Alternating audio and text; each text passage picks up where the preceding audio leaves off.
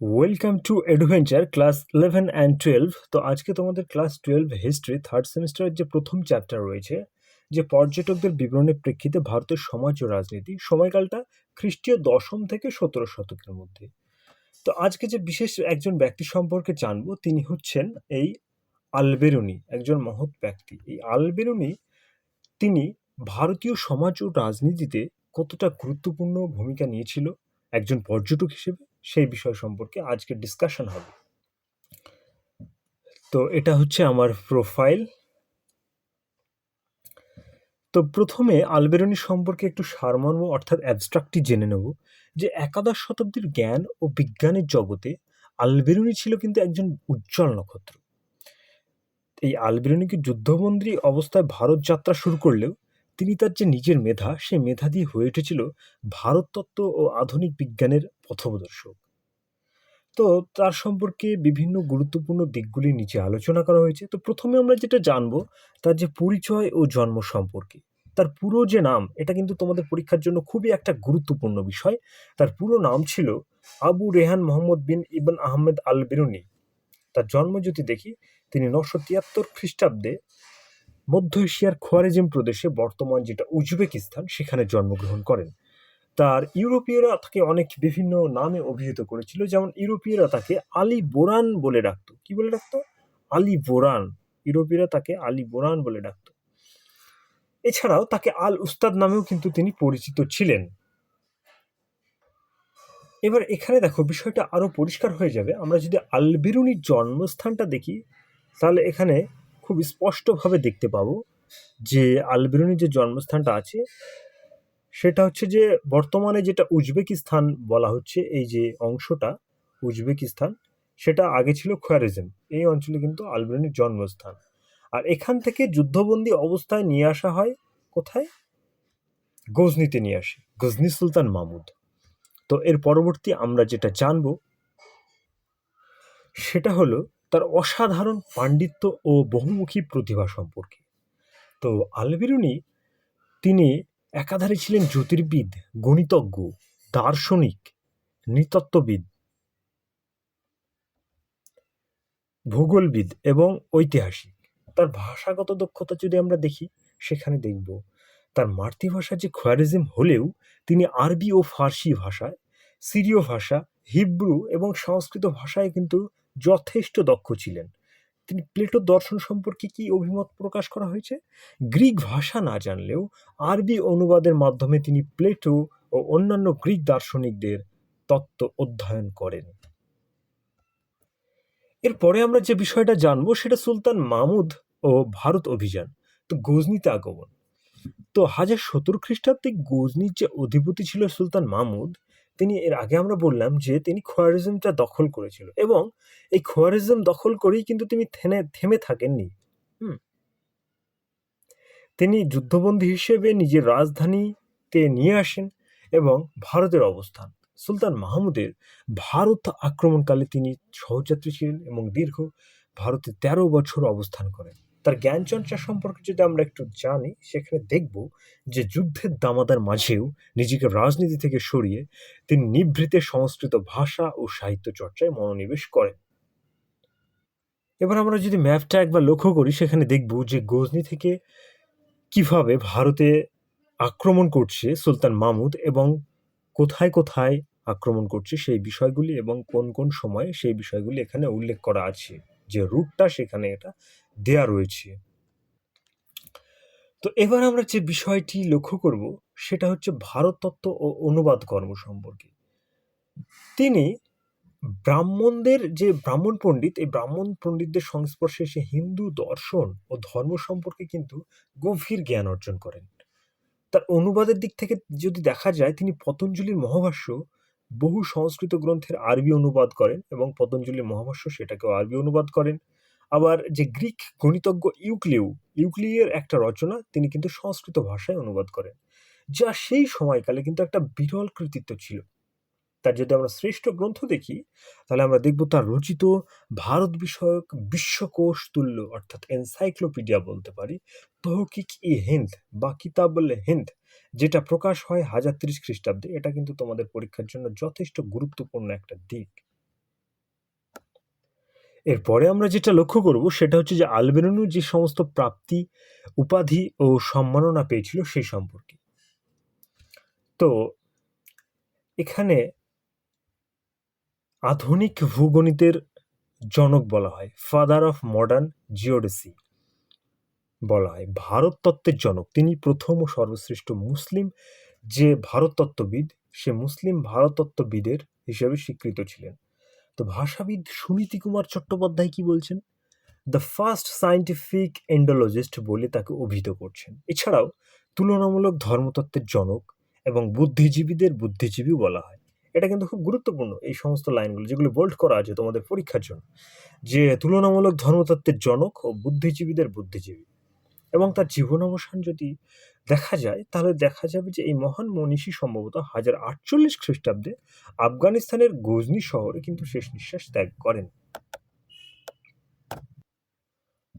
আমরা আলবেরুনির সারাংশ অর্থাৎ সারমর্মটা জেনে নিলাম। এবার জানবো যে আলবেরুনি পর্যটক আলবেরুনির দৃষ্টিতে ভারতের একাদশ শতকের ভারতটা কেমন ছিল।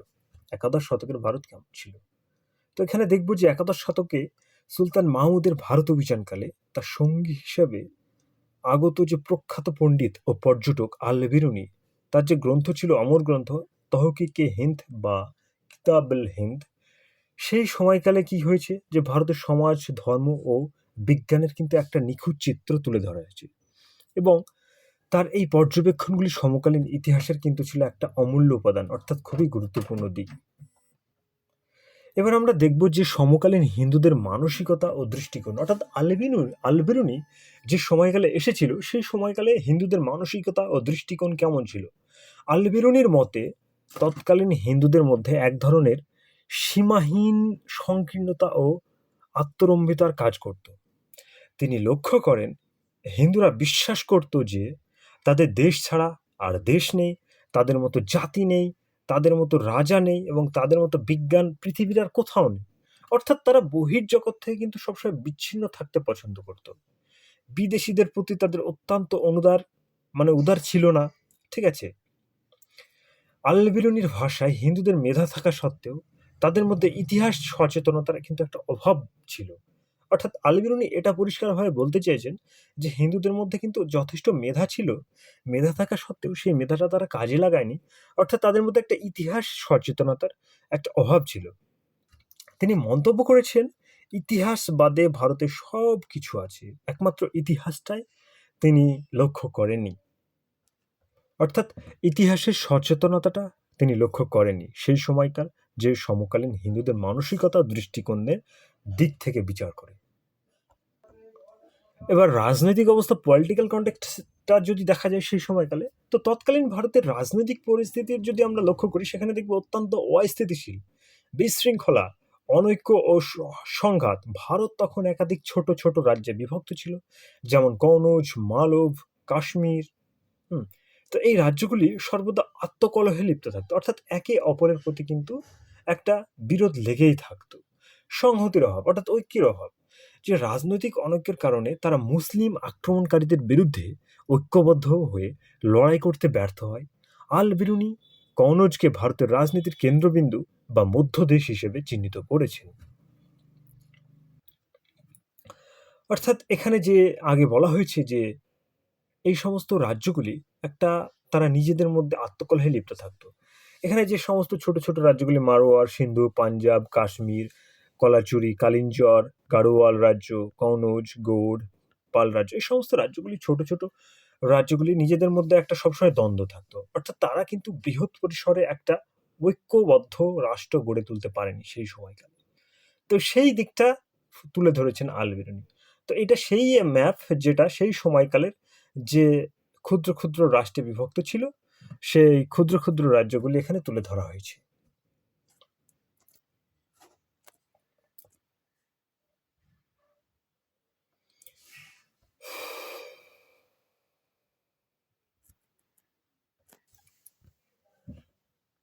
সামাজিক জীবন বা সোশ্যাল স্ট্রাকচার, তো সামাজিক জীবনটা যদি আমরা লক্ষ্য করি আল-বেরুনির যে দৃষ্টিকোণ থেকে, সেখানে একটা বিষয় পরিষ্কার, সেটা হচ্ছে যে আলবেরনিক বর্ণনায় তৎকালীন বর্ণাশ্রম প্রথা ও কঠোর সামাজিক রীতিনীতির চিত্রটা ফুটে উঠেছে।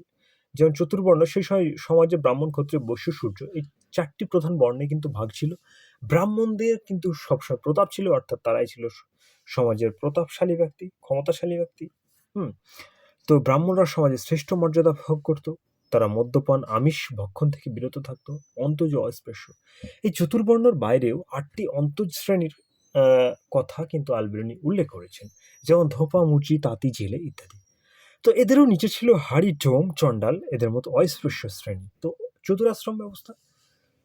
তো আলবেরনি আরও একটা বিষয় এখানে উল্লেখ করেছেন, হিন্দুদের জীবনে ব্রহ্মচর্য, গার্হস্থ্য, বানপ্রস্থ ও সন্ন্যাস এই ৪ টি আশ্রমের কথা তিনি বিস্তারিতভাবে উল্লেখ করেছেন। হুম। এখানে আমরা যদি চিত্রটা দেখি তাহলে বিষয়টা আরো পরিষ্কার হয়ে যাবে। দেখো, ব্রাহ্মণ এরা ছিল সমাজের সবথেকে সুবিধাভোগী শ্রেণী, প্রতাপশালী শ্রেণী, এরা ছিল সবথেকে উপরে। তারপরে ছিল ক্ষত্রিয়, তারপরে ছিল বৈশ্য, তারপর ছিল শূদ্র এবং সবথেকে নিচে ছিল দলিত, অর্থাৎ অন্তঃশ্রেণী। এই অন্তঃশ্রেণীর কথাটা ওই চতুর্বর্ণের বাইরে কিন্তু আলবেরনি এটা উল্লেখ করেছেন। যাদের মধ্যে কিন্তু ২ রকম ভাবে ছিল, একটা উচ্চ বর্ণের অর্থাৎ উচ্চ অন্তঃশ্রেণীর, একটা নিম্ন অন্তঃশ্রেণী। ঠিক আছে? এবার আমরা জানবো যে অর্থনৈতিক জীবন অর্থাৎ ইকোনমিক লাইফ সম্পর্কে। তো সেই সময়কালে যে ভারতের জীবিকা ছিল, কিন্তু প্রধান জীবিকা ছিল ভারতের কৃষিকাজ।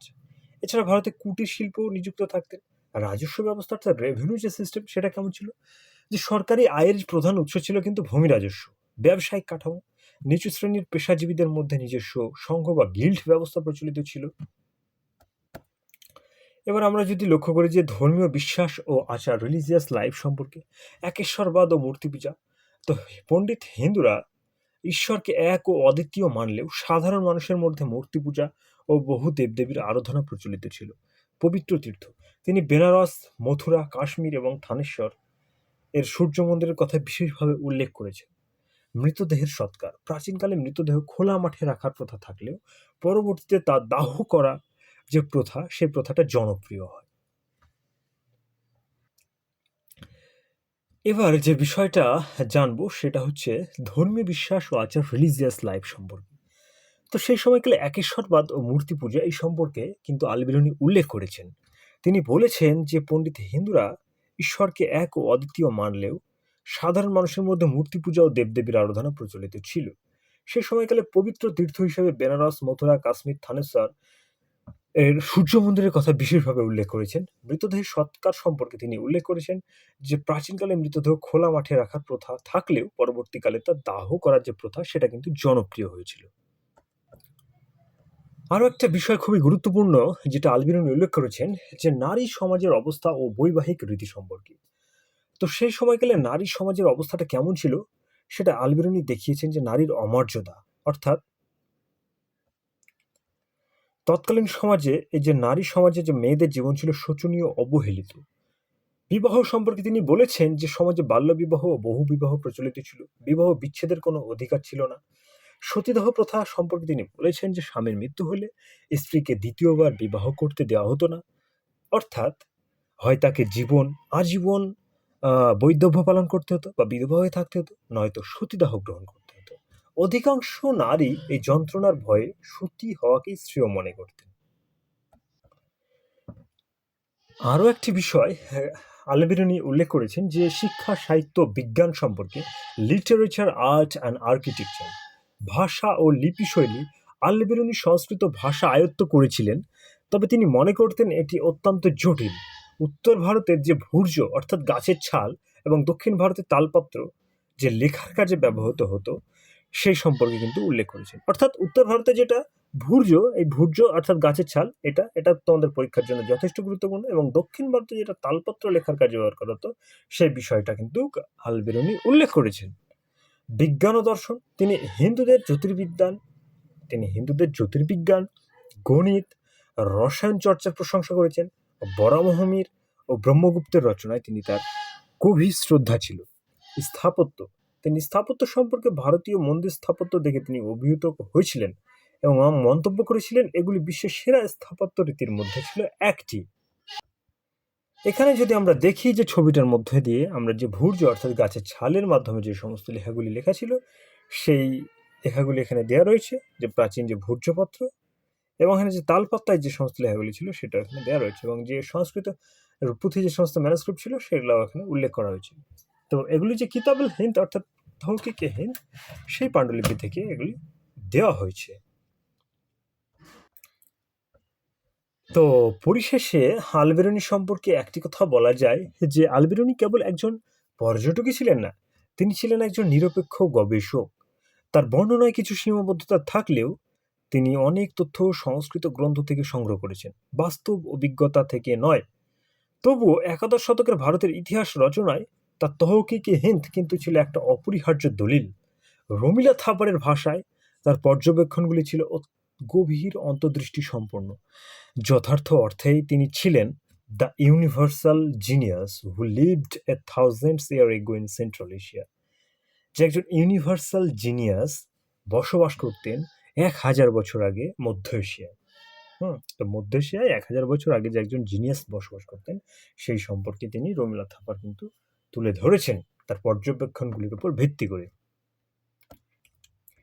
তো আজকের মতো এই পর্যন্তই। যদি তোমাদের ক্লাসটা ভালো লেগে থাকে অবশ্যই লাইক, শেয়ার ও সাবস্ক্রাইব করো, এবং কমেন্টে অবশ্যই জানাও যে কেমন লাগলো, এবং এর পরের ক্লাসটি অবশ্যই আসবে। ধন্যবাদ।